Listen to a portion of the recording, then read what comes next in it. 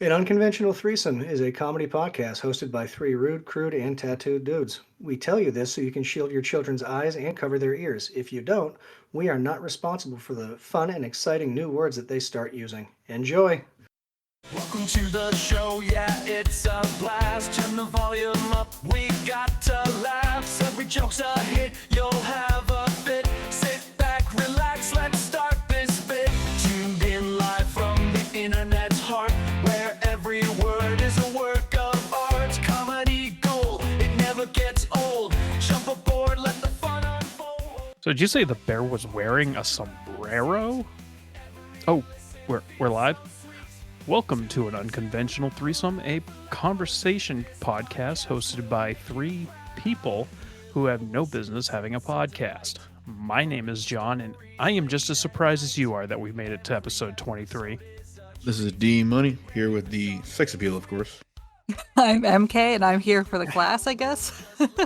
Jay's here too, and I'm pretty sure the bear was wearing a fez. I don't remember how it got brought up, but I was talking to somebody about funny hats, and they didn't know what a fez was. And I had to tell them it was the funny little hats that the Shriners wear in their funny little cars in parades. Well, until 5 seconds ago, I did not know what a fez was, so... You really don't see him unless it's ironically in a movie somewhere. Yeah, I would not disagree with that. Kind of liking starting this shit show with some jokes. You want to hear some shitty jokes? Yes, the only please. kind we roll with. You don't have a choice. I'm doing it anyways. It's the ongoing theme is the shittiness. What's the difference between Elon Musk and a lemur? Elon made an electric car, and a lemur made a gas car. Oh, Jesus, tap dancing Christ. I probably could have said Madagascar. That's closer to what I was going for, but It's exactly Yeah. what I heard, so it wasn't lost on me. And the funny story, obviously, is I was thinking of King Julian when you mentioned lemur. what did Simba say to the slow bus driver? Mufasa? Bingo! What kind of doctor is Dr. Pepper? A doctor of spice. A physician. Sweet Jesus. What do you call a cult that's hard to get into? A difficult? Bingo. Wow, you're killing it, Jay. 2 in a row, kinda. This one's kind of a thinker. When I heard it, it took me a second, but then made me say, oh, Jesus Christ. How do you get a nun pregnant? You fucker. Nope. Telling you, my way would work. It would. It would. You have the altar boy sit on her lap. Nope. Whoosh. Oh, good God. That's wrong on a couple of levels. The priest put his pee-pee in the altar boy. Gravity, MK. Okay. It doesn't work like that, but Hey, you can get pregnant off a toilet seat, right? Nope. Only if you're doing other things on it. Is the toilet seat going inside? Then no. All right, let's start this shit show. What is your go-to move when you're walking in unfamiliar territory and realize that you're walking in the wrong direction? Honestly, if I'm really that worried about it being awkward, I act like I forgot something and turn around. I've never had to go to the tie the shoe thing and then just spin as if nothing happened. Usually it's just an exasperated sigh because I'm fucking stupid, and then I just correct. I think that's my answer too. I don't know what else I would do. I'll usually pull out my phone or something like that and pretend that I am taking a call or reading a text or looking at a map, which is usually when I realize that I'm going the wrong direction is when I pull out a map. So Yeah, like, oh, I got the text to go the other way. Yeah, it's like, oh shit, that's the number you're at? Okay, let me turn around. I already passed that block. But I guess it leads to a bigger question of why do people feel it's necessary to do these things, to just stop and make an abrupt 180 and go the other direction? I think it's because we're always more concerned and aware of our own selves because the rest of the world doesn't give a shit. And I don't know what age you have to get to before you realize no one else is paying attention to you anyway. But like all of us somewhere are in that embarrassed child phase when we screw up, even if we're the only ones that knew it. Well, you say people aren't watching you, but I am very well known to people watch. So Oh, people like us are watching everybody and judging every fucking move, but normal people are probably, busy with their own lives. most people, So, normal people. Yeah. so if you're people watching, like I just gave you something to be curious about. Why did that person just turn around and go the opposite way when they were, you know, We can take it up a notch, and if you see it, be like, "Excuse me, sir, is there a reason you just made an abrupt 180? I need you to own your mistake." I'm here with Channel 9 News. Why did you turn around? see, nobody's gonna do that, so I don't know why I would worry about it. Well, shit, I am the next time I see it. Yeah, I do agree with you that most people are just so absorbed in their own lives. And it certainly has helped that situation with cell phones where people aren't even fucking looking up anymore. It is Yeah. baffling how more people don't just walk into traffic and get smushed. I was in the grocery store tonight and there was a cart parked next to all the fucking kiosks in the front by the checkout. And then all the baggers stations and a cart. So we'll have two carts in a narrow area, and then some guy just standing in between them on his fucking phone. I'm like, "Ugh." So I turned around and went the other way. I didn't pretend to get a call though, Good for you. but I had to walk out in the cold, so I was still pissy about it. Man, you went to the grocery store without me. He had to pick up one thing. And I bought two. I bought 36 eggs. Outstanding. Paid $4,000 for them because Jesus Christ. Do you load your eating utensils in the dishwasher up or down? So this for me depends on what type of utensil it is. I put all my fork prongs down for safety, all my knives down for safety, and then usually spoons are either way, and then bigger utensils, so spatulas and that kind of thing, are usually up for cleanliness. When you say for safety, is that because you have an eye doctor subletting the room in your dishwasher?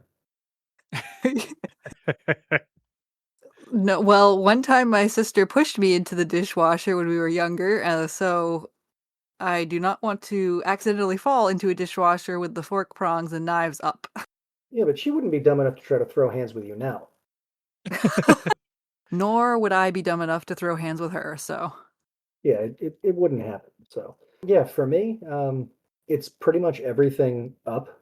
And let me tell you, so loading a dishwasher, now that we're on the subject of, This is a big subject. yeah.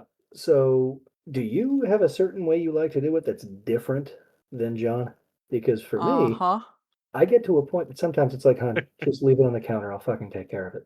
I was banned from doing dishes for quite some time, and I think we've kind of just come to terms with I'm going to load it my way, she's going to load it her way. If she wants it loaded her way, she can get to it first. Yeah, because I think I have a little bit of a control freak in certain situations like this. So dishes in the dishwasher is one, but I'm trying to learn to let it go. And if it's not totally clean when it comes out, when John loads it, oh well, we can wash it again, or we. So the thing that gets me is it's the silverware caddy. And I don't know why, because I do the same shit. Rather than pulling the bottom tray out like a normal person so you can actually get to the spaces to put the silverware, I kind of reach in and put it in. And the wife, who used to throw javelin, is practicing that on a smaller scale with forks. So there's a bunch of holes in the caddies, obviously. I don't know how she does it, but she's able to get it to wedge sideways. So rather than vertical, the shit's fucking horizontal. And then it's a Jenga puzzle, and I can't get the shit out. And that's the one that gets to me. That's the only part that's a problem. Her method is the John method because I put them in specific in very specific places in a very specific method, and like John's just like, all forks, all in here, all spoons, all in here. It's easier to unload your way because for me, it's like I have two size spoons and two size forks. So if there's four sections, I can kind of keep them separate that way. Sometimes I do it, and sometimes after the second day, it's like I don't care anymore. I load all of my silverware down because it is closer to the jet streams that are coming from the bottom and therefore have a better chance of getting cleaner. And where MK and I differ exponentially is I will load the fuck out of that dishwasher. I will cram. If there's a small spot, it's getting fucking crammed in there. I don't give a shit. But I also pretty much wash the dish before putting it in the dishwasher, which I'm still not sure why I use a dishwasher at this point because they're pretty much washed when they go in anyways. Yeah, so I would say recently I've switched from your way to her way because at this point, rather than I'll try to be efficient with it, but I don't wait until it's crazy full anymore because I guess I'm believing the hype around you will use 5 times the amount of water to wash stuff by hand as you will to put it in the dishwasher. So even if you're doing 2 or 3 loads a week, it's easier or less water. So Yeah. it just takes too long. Mine takes a couple hours. Well, I'm trying to be better about rinsing my dishes off as soon as I'm done with them because obviously the food particles are still fresh and able Right. to be taken off easier. So I've been doing that fairly regularly, but I think that, like I'm making sure all the stuck on food particles are off. So I'm not necessarily washing the dishes, but I'm scrubbing the dishes because I don't want the cheese that's on my plate to also be washed on and not come off in the dishwasher. But I'm using the dishwasher to sanitize and like clean the dishes of germs and other things. So it's the soapy part. is it true that you use more to wash dishes by hand? You have to. Yeah. I don't know. If you fill up the sink and do it that way, I'm Googling it. That's less than keeping it running, but I don't know. I don't know. I guess I don't know what method they use to determine the hand wash versus. Huh. Google AI using a modern dishwasher uses significantly less water than washing dishes by hand. An Energy Star certified dishwasher can use as little as 3 to 4 gallons per load. Holy shit. And that's another Huh. big thing for me is like there are some dishes that I consider like hand wash only, and sometimes those will get put into the dishwasher by the other person that lives in this house. Whoops. I try not to. Like I know if it's gonna melt because the dishwasher goes so hot, I'm not gonna put it in the dishwasher. I'm gonna hand wash it. If it's wood, I'm not gonna put it in the dishwasher. I'm gonna hand wash it. Well, and we don't put wood in the dish like wooden cutting boards and or utensils and things like that. It's because of the dry cycle. It has nothing to do with like the actual physical wash cycle. So we Sure. could probably do them in the dishwasher If we remember to pull them out. Yeah. or shut the dry cycle off. Yeah. This is marriage counseling with John and MK. We're working through some shit. Fuck off. Just breathe and let it go. I would confidently refer to us as a power couple because we are very good at just letting shit go. Yeah, nobody's gonna die because somebody else loaded the dishwasher. You don't know Yeah. that. What if they did it with the knife points up and someone shoves them into it? That could lead to a blown artery. Well, then I guess I'm proven wrong. Can't be right all the time. Is there an alcohol that you've consumed so much of that you can no longer smell or taste it? No. Meaning, if I attempt, there is no smell or taste there, or if I attempt, it turns my stomach and I have to go bye bye. Turns your stomach. Oh God. Anything I drank before I was legally old enough to drink fits in that category. Which includes Rumplemints is one I can remember. I think I'm pretty much in the same boat because I think all the stuff I burned myself out so fucking heavily on were all prior to me turning 21, except if the police are listening, then I was definitely over 21. Throw Jaeger on the list too. D loves himself some Jaeger. Well, I mean, I get it, but it hit that category for me. I think mine are Southern Comfort. I still can't drink Southern Comfort due to freshman year of college. Tequila, I'm able to drink that again, but for the longest time I couldn't consume it from when I was a senior in high school. I had a lot of it, proceeded to eat an entire box of Fruit Loops, and then puked a fucking rainbow. That was nice. That should be their new slogan, puke the rainbow. And what John's not telling you is he didn't take it out of the box or open the box. He just picked a corner and started. Plastic bag, everything. Yeah. It was a brand new box, and it was my buddy's dorm room that I was in, and that was his breakfast for like a week that I just ate in one sitting. You ate the whole box? Pretty much. I was Oof. very drunk. Okay, what about Goldschlager? Goldschlager's out. I can't do. I haven't tried, but I can't do that one.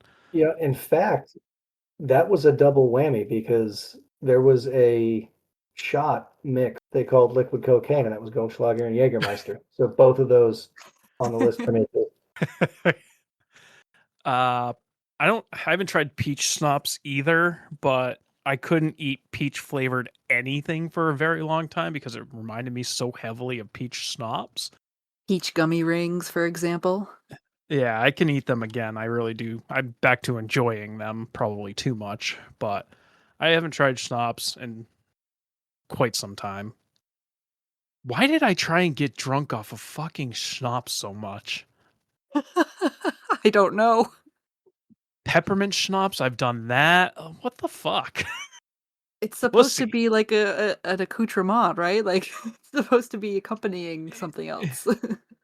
Yeah, and if you have a shot, it is just that a shot, not a bottle. Right. So MK, there's none that you couldn't drink. I don't think there's any that would turn my stomach and make me, no. Have you tried Malibu since you got alcohol poisoning? I don't remember. You don't remember that night either. Well, yeah. I mean, there must have been some left over, and I'm sure I finished it at some point. Commitment. I like it. That was probably tame or not the worst scenario for me, so I will go to the grave like with the excuse of I had breakfast and then strawberries and a salad, like literally just lettuce and vegetables for lunch. And then I don't even think I had my dinner yet, and I started drinking that. I just had no food in my stomach. Here, folks. Salad is bad. No. That's the way I took it. That's not the lesson. Just don't eat salad all day if you're going to drink later on in the evening. The first 3 words were "don't eat salad." Oh, God. It's true. Okay, don't eat just salad. ... Finish the sentence. First 2 of that was don't eat. So we should all stop eating? A couple of us probably should. All right, let's go to the fucking green room. Funny stories late at night. Every episode is a treat. Get ready for something sweet. Well, as our fine listeners can probably guess, sponsor this week is Dubby.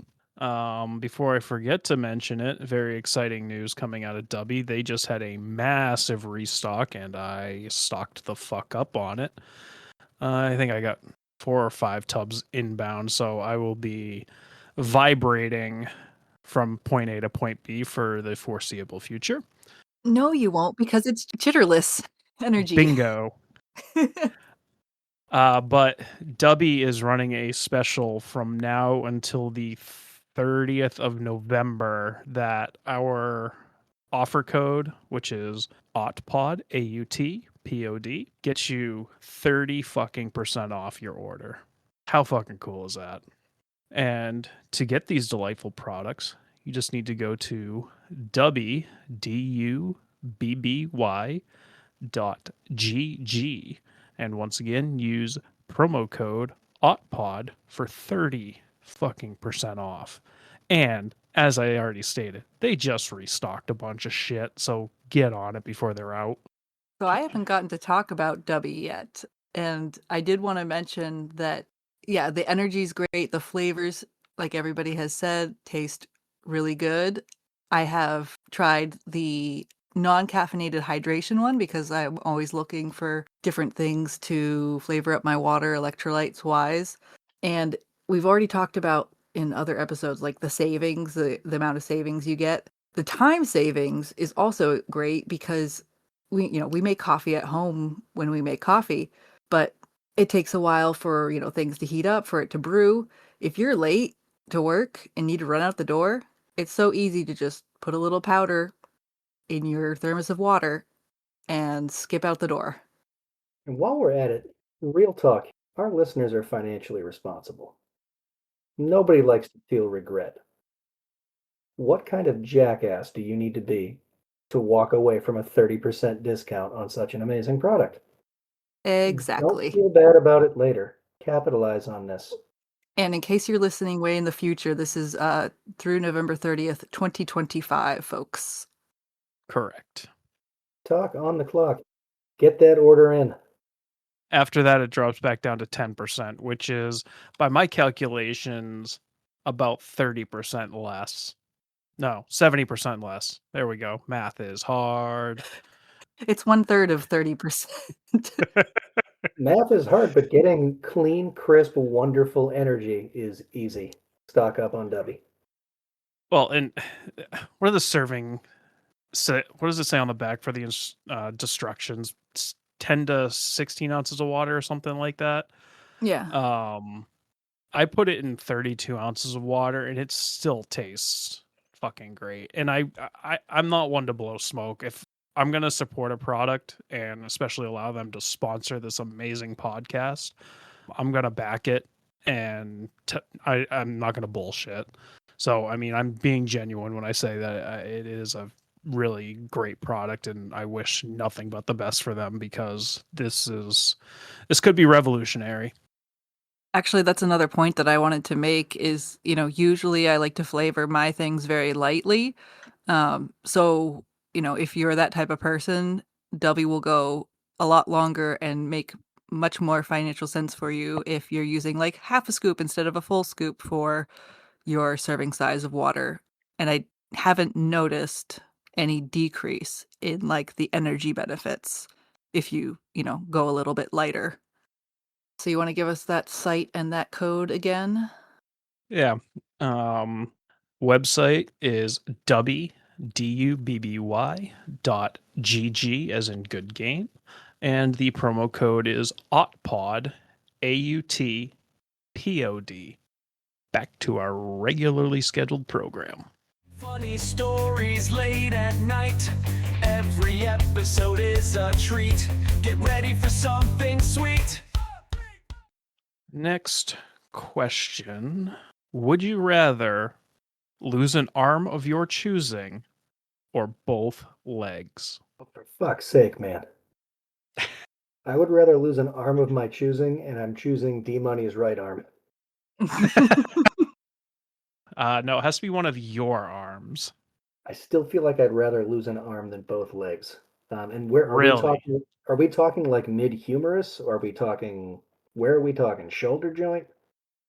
Let's take it off at the elbow if we're talking arms, and then for Oh. legs off at the knee. I'm thinking the prosthetics are getting better.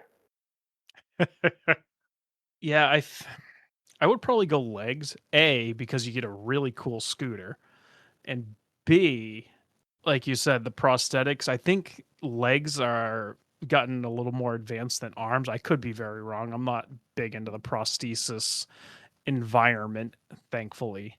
Now let's hold the phone for a second here, John, because you got me thinking about something. If I lose the legs, I can make myself taller, can't I? With those prostheses. Sure All right, I'm changing my answer. You sure can. Was it South Park that had the knee implants where it made you taller? I don't know, but I'm getting those lightning legs that make you run fast, and I'm going to be 6 feet tall. It's going to be awesome. Bionic Man J. Blade Runner. Yeah, From those things. Yeah. Yeah. Then murder your wife, No, allegedly. no, not that part. I just like to imagine that he used his legs to do it, like in The Kingsman, where that chick had the blade legs and she had like knives and shit and stored them. That's fucking cool.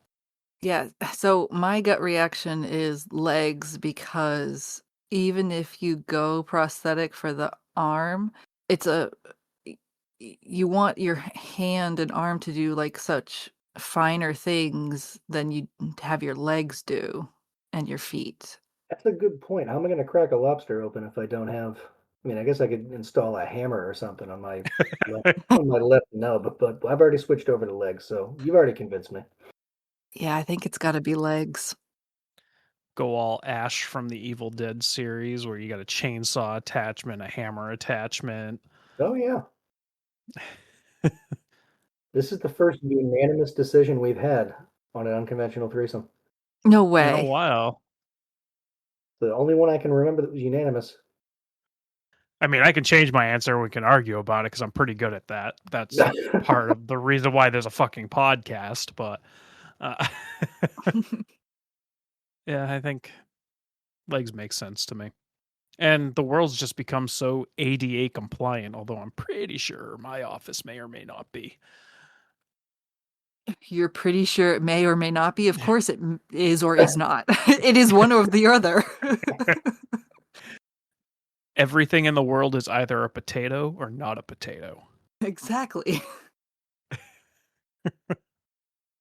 How should you arrange your books on the bookshelf? Alphabetically by title, by author, and if by author, do you organize it by release date, chronologically in the story, or alphabetically? By genre. Yes. 100%. All right, so then sub-organization within genre, how do you go? Size. So, okay. Well, I guess that would make sense because most of the things in a series would be the same size. Unless for some reason you accidentally order Ready Player One in a hardback and then get Ready Player Two in soft cover. I'm not speaking from experience on that one. But yeah, keep all series things together, and then I don't think I have a system outside of that. I think ours is just by author and somewhat loosely genred.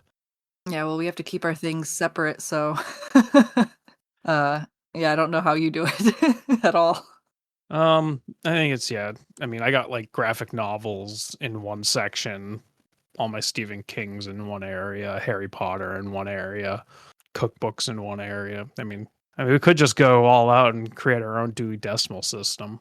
We don't have enough books for that. So the wife's been on a reading kick for the last couple of months to the point that I'm going to say thrice weekly, Amazon shows up with a new shipment. That sounds familiar, except mine is the post office with a new record or two. So what's she been reading lately? Fantasy stuff. Ooh. Like the last couple was like, okay, so this one's a vampire and this one's a werewolf, and okay, this one does this and this one does that, and everything has sex with everything. I was like, okay. Smut novels. Yeah. Beach trash, as we call it. Beach trash. I love that. If you see her reading a book, How to Make My Husband Taller, then you might be a little concerned. If it's a thick book, I just stand on it. We don't even have to read that son bitch. Get you a high chair for the dining room table. John, any chair is a high chair for me. I genuinely enjoy high top tables whenever we go out to eat because I get to swing my feet like I'm a fucking child. That's not something I get to do ever in my life unless I'm sitting at a high top.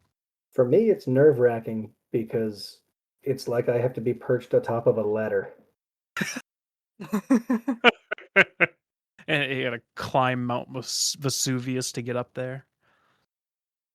What is your favorite Adam Sandler movie? I'm asking this question not having a fucking answer to it.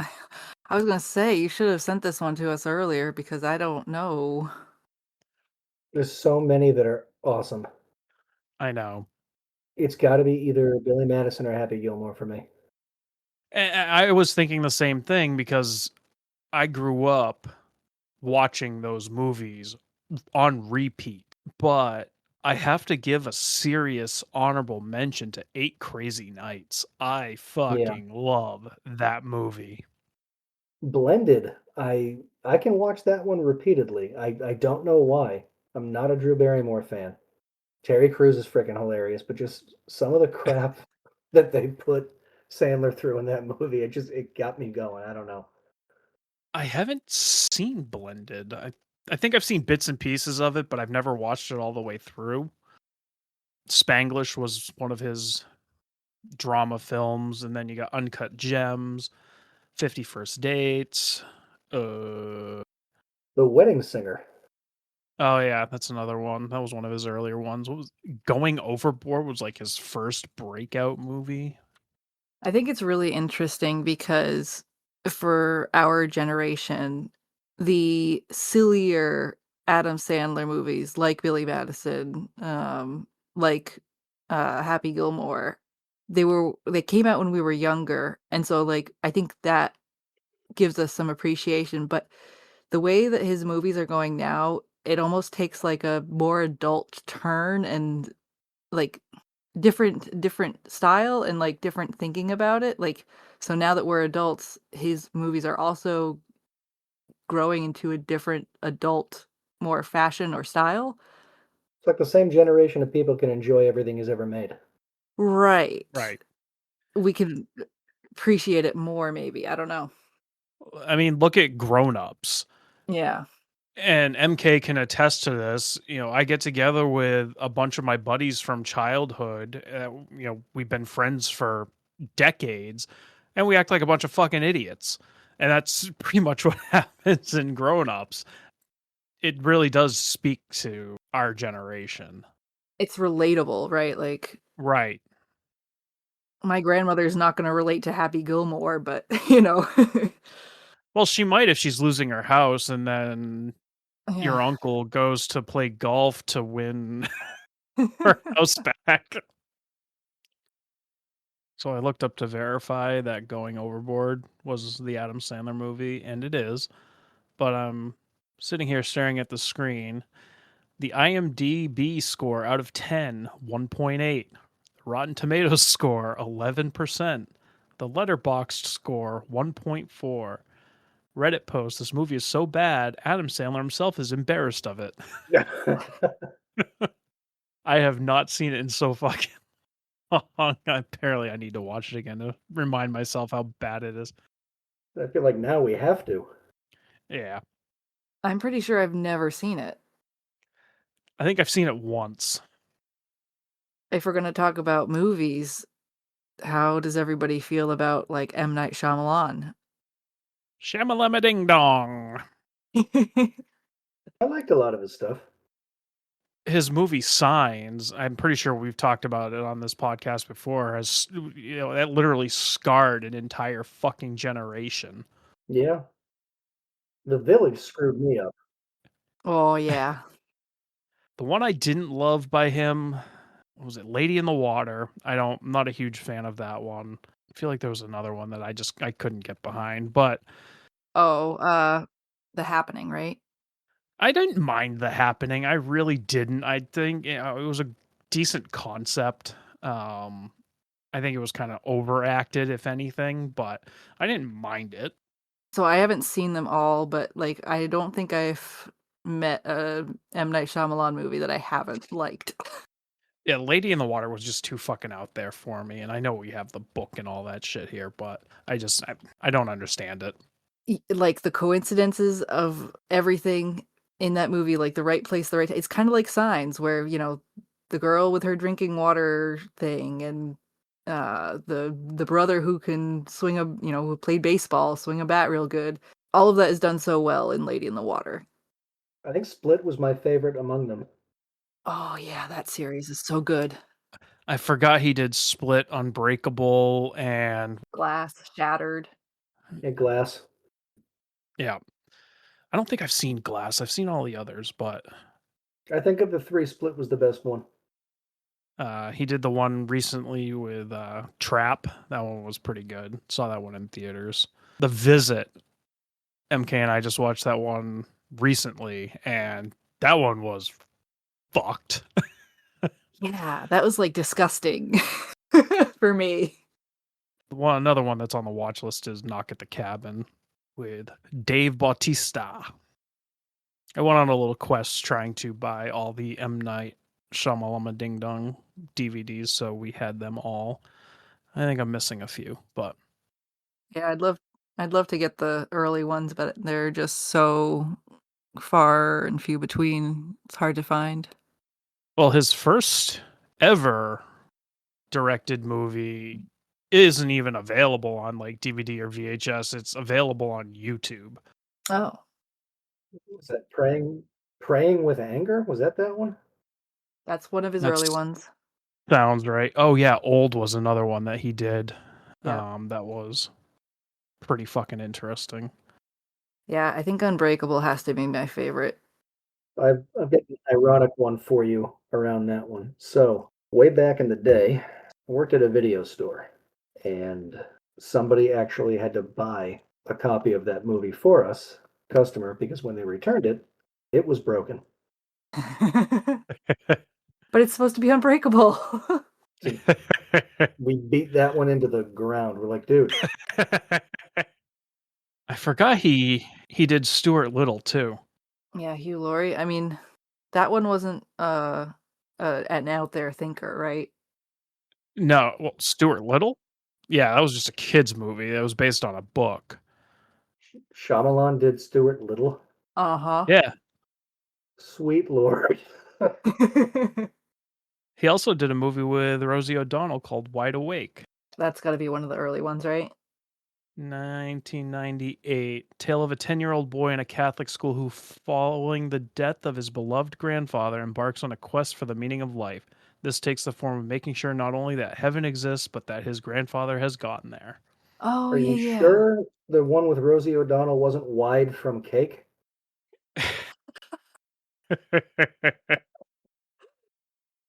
Huh, there's a lot more on this list than I remember. Caddo Lake, Caddo Lake, The Watchers. Apparently, I need to go on another quest. Yeah, and we actually have to watch the ones that we bought. Good winter project. Get snowed in and just watch a shitload of movies. Uh-huh. Yep.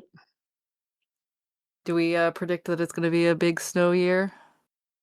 Well, I was able to fix my snowblower, so probably not. Okay. But, as you know, my parents are in a position that I am their snow removal. So yeah, we're gonna get a shitload. You've both saved us and doomed us. Yep. I tried to cancel them out, but All right, I'm done. I want to go to bed. Thank you for joining us on this clusterfuck of an adventure. We appreciate your patronage and listening to us just bullshit for 45 minutes. If you want to submit a question, you can email us at an unconventional threesome@gmail.com, or you can get at us on Facebook, or in most podcast platforms, you have the option to send us a text.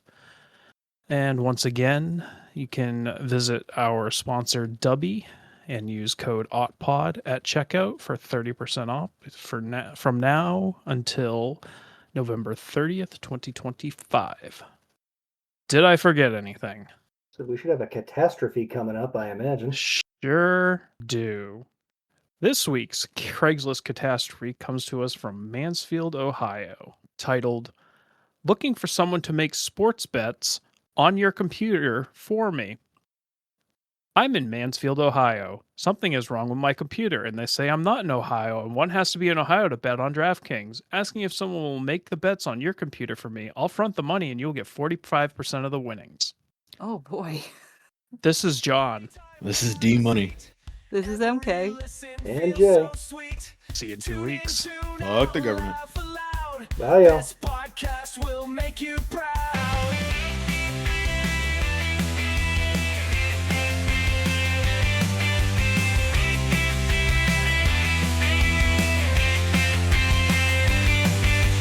Podcast party time, grab a seat. Every listen feels so sweet. Tune in, tune out.